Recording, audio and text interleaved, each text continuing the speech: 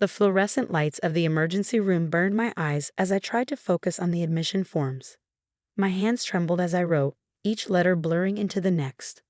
The metallic taste of blood lingered in my mouth, and the right side of my head throbbed where Jason had slammed me into the garage wall. "Remember, Sophia, you fell during soccer practice," my mother whispered, her manicured nails digging into my arm. "We can't let this affect your brother's scholarship chances." Jason, my older brother, sat across from us, scrolling through his phone like this was just another inconvenient errand. His soccer jacket, the one emblazoned with state champion, hung perfectly on his shoulders, hiding the rage-filled person beneath. "I'm Sofia Martinez, 16, and I've spent years pretending my brother's violence was just roughhousing." Jason, the soccer star, the straightest student, our parents' pride and joy. Jason, who'd been using me as his personal punching bag since I was 12. This time was different. When I caught him stealing money from our parents' safe, he didn't just push me around like usual. The look in his eyes changed. Something snapped. My head hit the garage wall with such force that I blacked out. When I came to, our parents were already crafting the cover story. "Ms. Martinez?" A nurse called my name, frowning at my unsteady gait as I stood. "The doctor will see you now."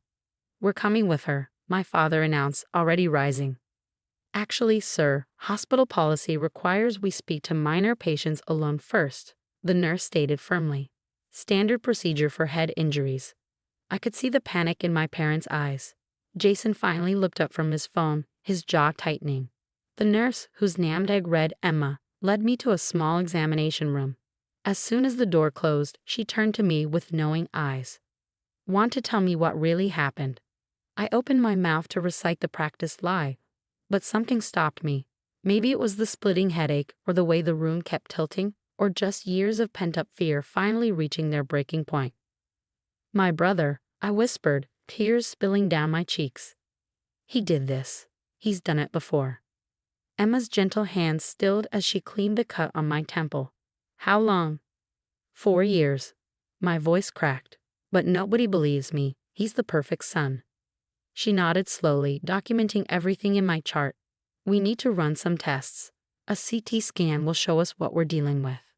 The next hour passed in a blur of medical terms and worried faces. Dr. Patel, the neurologist, ordered immediate imaging after seeing my dilated pupils and noting my slurred speech. As they wheeled me toward radiology, I heard my parents arguing with the hospital staff. "This is ridiculous," my father's voice boomed. "She fell at soccer practice." "Mr. Martinez," Dr. Patel's calm voice cut through, "your daughter's symptoms indicate severe head trauma inconsistent with a simple fall." In the scanning room, the technician positioned my head carefully. "Try not to move," she instructed, her voice kind. "The machine will show us everything we need to know." As the scanner hummed around me, I thought about all the times I covered for Jason. The accidental push down the stairs when I was 13. The playful choking that left bruises last year. The countless clumsy moments that always seemed to happen when no one else was around. Dr. Patel's face was grave when she reviewed the images. She pointed to several areas on the scan, speaking quietly with Emma and another doctor I didn't recognize. "Sophia," she said finally, "these scans show multiple areas of previous trauma. This isn't the first serious head injury you've sustained." "That's impossible," my mother interrupted from the doorway, having somehow worked her way in. "She's never had any head injuries." "Actually, Mrs. Martinez, these scans tell a very different story." Dr. Patel's voice was steel wrapped in silk. "There's evidence of at least 3 prior concussions, and the pattern of injury is consistent with repeated trauma. This isn't from sports accidents." I could see the color drain from my mother's face as Dr. Patel continued, "I'm required by law to report suspected abuse.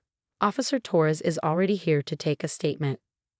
Through the window, I saw Jason being escorted to a separate room by a police officer. For the first time in years, he looked scared. Emma squeezed my hand as a female police officer entered my room, notebook ready. "You're safe now," she whispered. "Your brain scan told us what you couldn't say. Let's make sure it never happens again." Looking at the images of my brain on the screen, I saw years of hidden trauma lay bare in black and white. No more lies. No more cover-ups. The truth was finally coming out, one scan at a time. The next few hours felt like watching a movie of someone else's life. Officer Torres, a compassionate woman with steady eyes, recorded every incident I could remember. Each memory spilled out like poison finally being drawn from a wound. Start with the first time, she encouraged, while a medical photographer documented the fresh bruises blooming on my head and neck. I was 12, my voice shook. Jason was angry because I scored higher than him on a math test. He waited until our parents went to bed, then came to my room and held a pillow over my face until I promised to fail the next one. Dr. Patel continued examining the scans, pointing out each area of damage. See these darker regions? They indicate repeated trauma. This isn't from one incident, this shows a pattern of abuse over years. Outside my room, I could hear my parents' world crumbling. Their carefully constructed facade of a perfect family was shattering under the weight of medical evidence they couldn't explain away. There must be some mistake, my father kept insisting. Jason would never. The brain doesn't lie, Mr. Martinez, another doctor interrupted. These injuries tell a very specific story. Jason was being questioned in another part of the hospital. Through my partially open door, I caught glimpses of another officer escorting him to a police car, his perfect soccer champion posture finally broken. Emma stayed with me, holding my hand through the neurological tests. You're experiencing symptoms of a severe concussion, Dr. Patel explained. We need to keep you overnight for observation. A social worker named Ms. Parker arrived, carrying a thick folder and a determined expression. We're implementing an emergency protection order, she explained. Jason won't be allowed near you, and given your parents' history of enabling the abuse, we're arranging temporary alternative housing for you. But where will I go? The thought of leaving, despite everything, terrified me. My sister runs a youth shelter specifically for cases like yours, Emma offered. It's safe, secure, and they have an excellent academic support program. Ms. Parker nodded. We've already arranged it. You'll have your own room, counseling services, and 24-hour security. My parents tried one last time to regain control of the situation. My mother burst into my room, tears streaming down her face. Sophia, please, think about what this will do to your brother's future. Officer Torres stepped between us. Ma'am, I suggest you worry more about your daughter's future, and your own. Enabling child abuse is a serious crime. Those words seemed to finally break through. My mother collapsed into a chair, while my father stood in the doorway, looking lost. We've contacted the school board and the athletic association, Officer Torres continued. They're launching their own investigation into whether the coaching staff ignored signs of abuse. The thought of Jason's precious soccer career crumbling gave me no joy, just relief that he couldn't hurt me anymore. Dr. Patel returned with more scan results. We found evidence of a hairline fracture in your skull from today's attack, she said gravely. This could have killed you. The reality of how close I come to death hit me hard. Emma squeezed my hand tighter as tears rolled down my face. Your brother is being charged with aggravated assault, Officer Torres explained.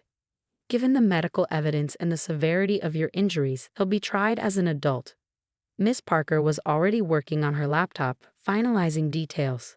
The shelter has a specialized program for survivors of family violence. You'll have access to trauma-informed therapy, educational support, and legal advocacy. My phone kept buzzing with messages from Jason's friends, some threatening, others expressing shock. Emma gently took it away, promising to save any evidence of intimidation for the investigation. As night fell, my hospital room became quieter. My parents had been escorted out, both facing their own charges of child endangerment and failure to protect. Jason was in custody, his perfect future replaced by serious criminal charges. Try to rest, Emma said, adjusting my pillows. Tomorrow will be a new beginning.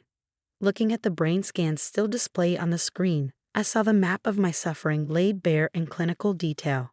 But I also saw something else. Evidence that could finally force everyone to acknowledge the truth I'd been screaming silently for years. Miss Parker patted my hand. You're not alone anymore, Sophia. Your brother's actions are finally being seen for what they are, and you'll never have to cover for him again. As the medication took effect and my eyes grew heavy, I thought about all the times I'd wished someone would see through our family's perfect facade. Now, thanks to modern medical technology and caring professionals, the truth hidden in my brain could finally set me free. The last thing I heard before drifting off was Officer Torres on the phone, ensuring my safety. Yes, We need a permanent protection order. The scan results alone are enough to prove years of systematic abuse.